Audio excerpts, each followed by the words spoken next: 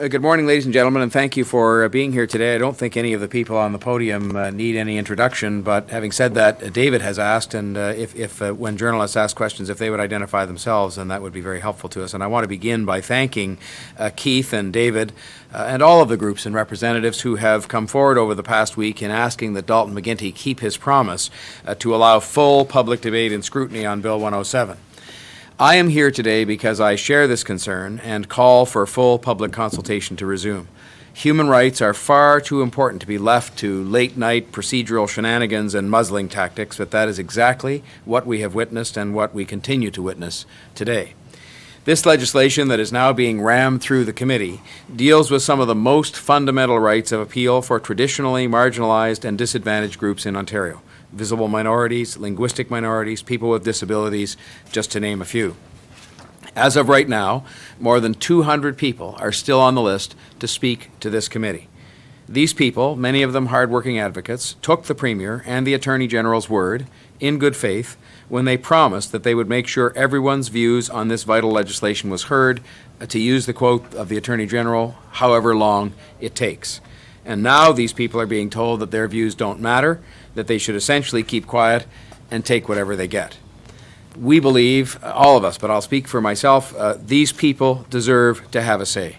And in bringing the guillotine down on public hearings, Dalton McGuinty has, ironically, denied many people, including some of our most vulnerable fellow Ontarians and those who speak up for them, one of the most fundamental rights of all, which is the right to participate and be freely heard in our province's public debates.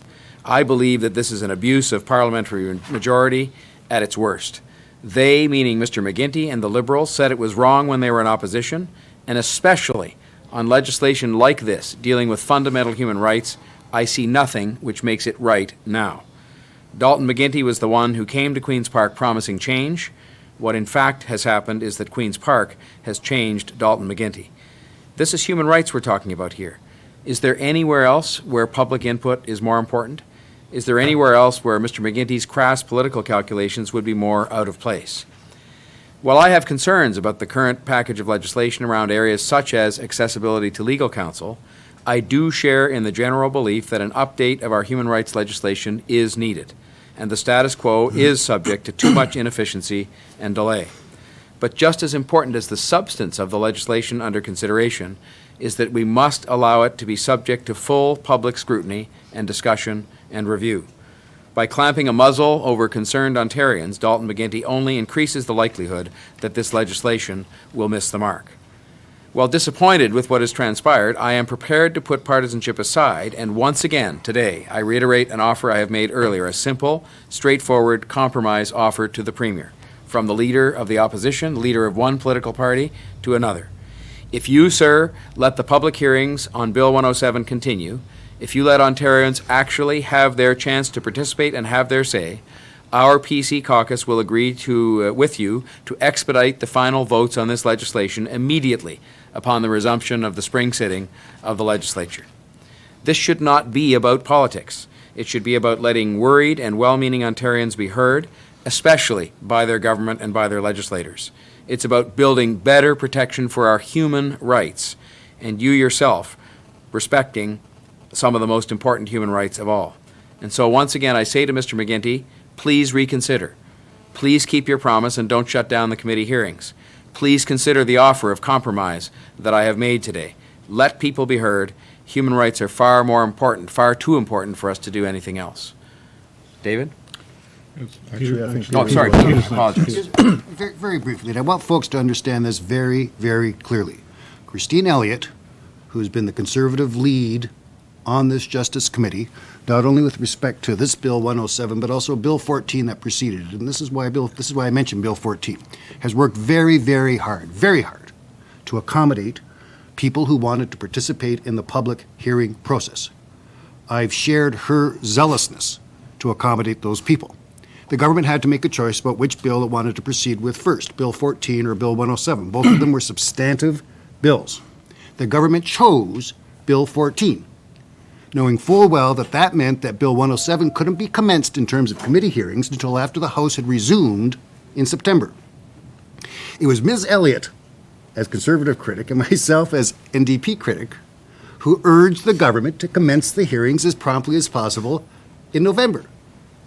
We made it very clear that we were ready to start hearing from interested parties immediately. We also made it very clear that we were ready to come back a week after New Year's Day. Ms. Elliott made that clear, notwithstanding the family obligations and the desire to have a break as much as anybody. She made it very clear that she was prepared to come a week after New Year's Day, so was I, to start hearing people in what we knew would be 7 and 8 hour days of public hearings. The government agreed to this. The government members on the committee supported unanimously the subcommittee report that recommended this. House leaders agreed to this. There was no trickery. There was no connivance. It was straightforward and clear. And of course, you have the remarks of Mr. Bryant in the legislature in response to questions, particularly by Ms. Elliott, indicating effectively we'll do what we have to do to accommodate these folks. There was urgency around Bill 14 because the government wanted it passed so that community colleges could set up their training programs for paralegals. That's why I assume it deferred consideration of Bill 107. Part of the agreement from the get-go was that we would spend that winter break hearing from public parties, and that the bill then would be ready to be reported back to the House for third reading upon our resumption on March 19th, which is the calendar day for the return of the House. Simply wanted to lay those facts out for you. We think it's incredibly important. We reject Mr. Bryant's dismissal of committee hearings as irrelevant because the debate's already been had. I'm sorry, this is a very complex issue. There are a whole lot of points of view that warrant being heard. And it isn't a matter of deciding when you're tired of hearing from the public. It's a matter of giving effect to public hearings or not. And the government has, in this instance, slammed the door on probably the most single, critical, and important part of the parliamentary process, and that's the part that the public, be they professors and lawyers and doctors and engineers, or be they folks just out there fighting on a day-by-day basis to earn a living and to protect themselves against discrimination. It's public hearings that give them access to the parliamentary process. David?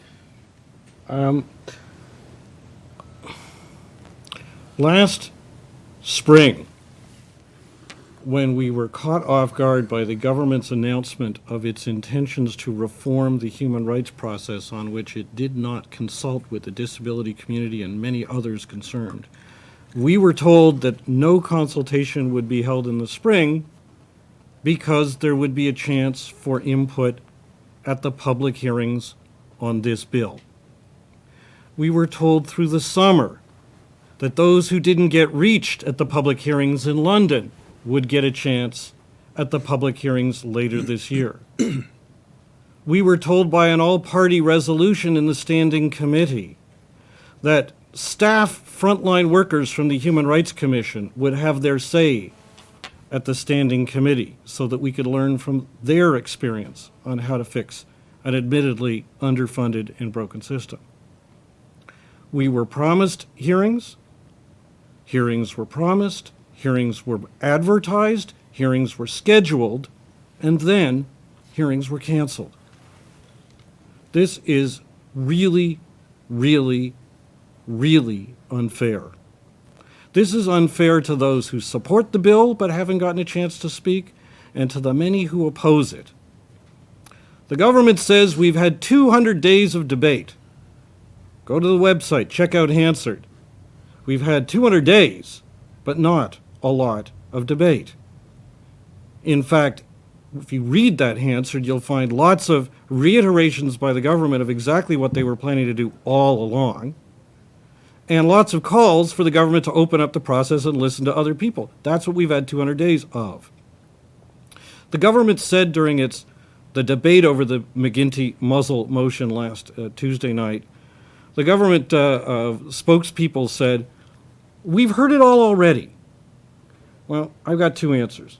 There's many of us who have a lot to say that they have not heard at the Standing Committee. There are many, not just people from organizations like the coalition I serve, but many lay people out there who want to come forward and be heard and signed up and been waiting for months for their date to be scheduled. And now they've just gotten emails telling them their hearings were canceled.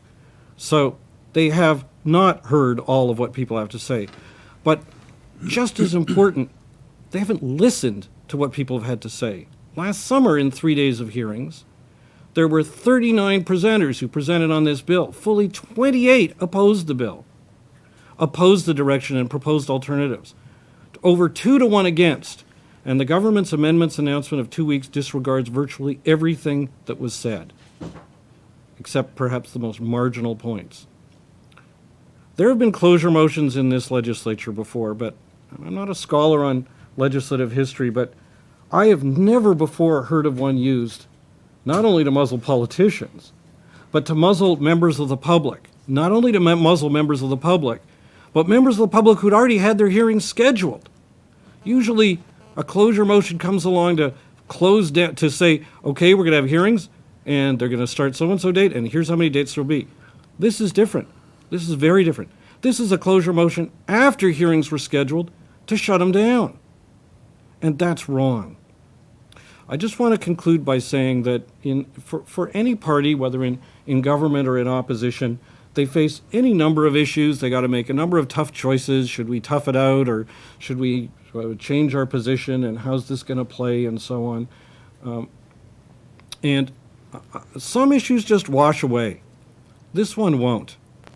There is a level of anger out there. There's a level of frustration out there in the past 8 days that has led to 8 consecutive days of letters to the editor, op-eds, editorials, columns, and there's going to be more. This is something which, if not fixed, is going to stick. I want to conclude by thanking both the New Democratic and Conservative parties, both for their support on this issue and for coming together and inviting us to take part in this in the spirit of nonpartisanship. I would ask the government and both opposition parties in the spirit of nonpartisanship to work out a procedural solution that lets human rights reform proceed, but lets everybody have the opportunity to be heard that we were promised, and that this closure motion unfairly denies us. Thank you. Thank you, David. Keith? I'd like to thank both parties for inviting me to be present this morning. I want to make it clear at the outset that I am not here to defend the status quo. Each year of the 9+ years that I served at the Human Rights Commission, I approached the government of the day, or the governments of the day, with requested amendments, which unfortunately were always overtaken by other priorities. But I have pushed for reform at the Commission for the last decade. And I initially welcomed this undertaking by the government, saw it as a wonderful opportunity to reform the Commission, to address some of the systemic difficulties that it has faced since its inception. I want to emphasize that I believe that there is nothing more important in our society than the fundamental protection of human rights. And this legislation is tremendously important. It has been described by the courts as quasi-constitutional legislation, placing it above all other legislation passed by the Legislature or Parliament of Canada. It impacts on the lives of almost every Canadian or almost every Ontarian in the places where they live, the places where they work, the places where they engage in recreation, the places in which they access public services. And to think that something as important as this, which I and many others were looking forward to make presentations on, would be subject to closure and simply the debate cut off is just unconscionable. This legislation impacts upon the lives of the most vulnerable people in our society. And to push it through in what I believe is a very flawed condition. I won't go into all of the details of where I see the flaws, but if in the course of the discussion afterwards I have an opportunity, I'd be quite happy to address some of them. I implore the government and the two parties represented here at this table today to try to find some way of getting this back on the tracks so that the hundreds of people and organizations out there who do have something significant to say about this legislation have that opportunity. I see some of them sitting here this morning in this room, people who have a great deal to contribute to the reform of the Human Rights Commission who simply have not had a voice, and now will not unless there's some effort made to restore this process. Thank you very much. Questions, ladies and gentlemen?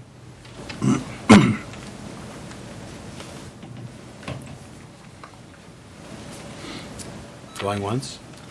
Maybe I can just I would just like to make one point that I really have thoroughly support direct access and have always. It's not always appropriate in every case unless there are resources available to the individuals to conduct investigations. And this legislation fails in that respect.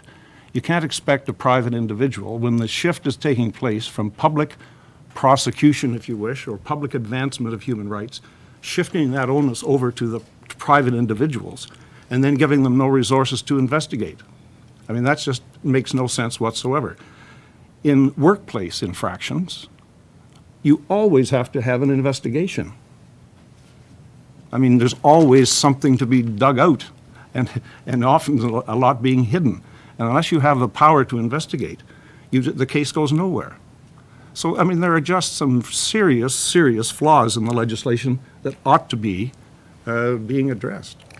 I'm just going to add one more thing in terms of the timing of all of this and the need for the resumed hearings. The essence of this bill is that the commission will be taken offline as the public investigator and public prosecutor of human rights cases. It'll have a much narrower mandate to pick some issues and go to the tribunal on, but for individuals, they've got to go and prosecute their own cases and investigate them themselves. So the question from day one on February 20th, when the Attorney General announced this reform package, was, all right, who's going to help them? Who's going to take up the slack? And over months, we've been hearing it's going to be something called a legal support center. Who's going to run it? How much money is it going to get? Well, we haven't had any answers on how much money it's going to get and who's going to run it for a long time. But last summer, we learned and made public that the government had asked Legal Aid Ontario whether they would propose to run this legal clinic. And that, you might think, makes sense. After all, Legal Aid Ontario is one of the biggest, if not the biggest, provider of legal services, certainly for the disadvantaged, and funds a network of legal clinics already.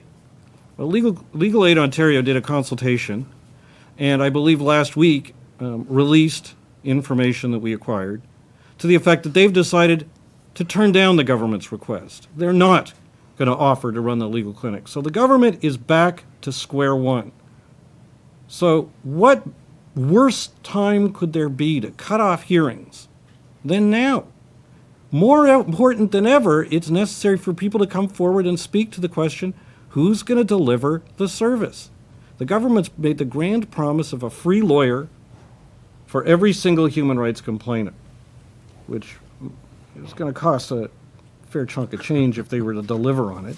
But in any event, we deserve to know more than walking in tomorrow to a standing committee, having them land a bunch of amendments that we haven't read before and have them voted yea or nay before sunset, and then passed into law on Thursday.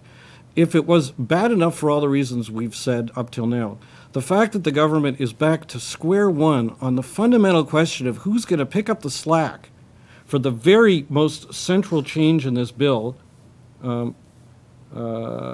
makes it more compelling than ever that people have a chance to come forward and speak to these critical questions. If there are no questions, I just want to say again a word of thanks to David and to Keith for being here today at the joint invitation of the New Democratic Party and ourselves. And I want to say a word of thanks to Peter Kormos and Christine Elliott, who are the two critics that have been handling this bill, and I think they have been working together on a point of common concern, which is what you've heard articulated here today, and that's as Parliament should work. And the only wish that I would express is that Mr. McGuinty and Mr. Bryant might listen to the words of some of these people here today, but also others who have just said, we're just asking for the time to make sure people can be heard, and we're saying that we will allow this to be put to a vote as early as possible in the new session, as was always intended to be the case. And it'll give people, though, a chance to be heard on some of the matters you've heard Keith and David refer to today. So thank you very much for coming, and thanks in particular to David and to Keith. Thank you. Thanks. Thank you, folks.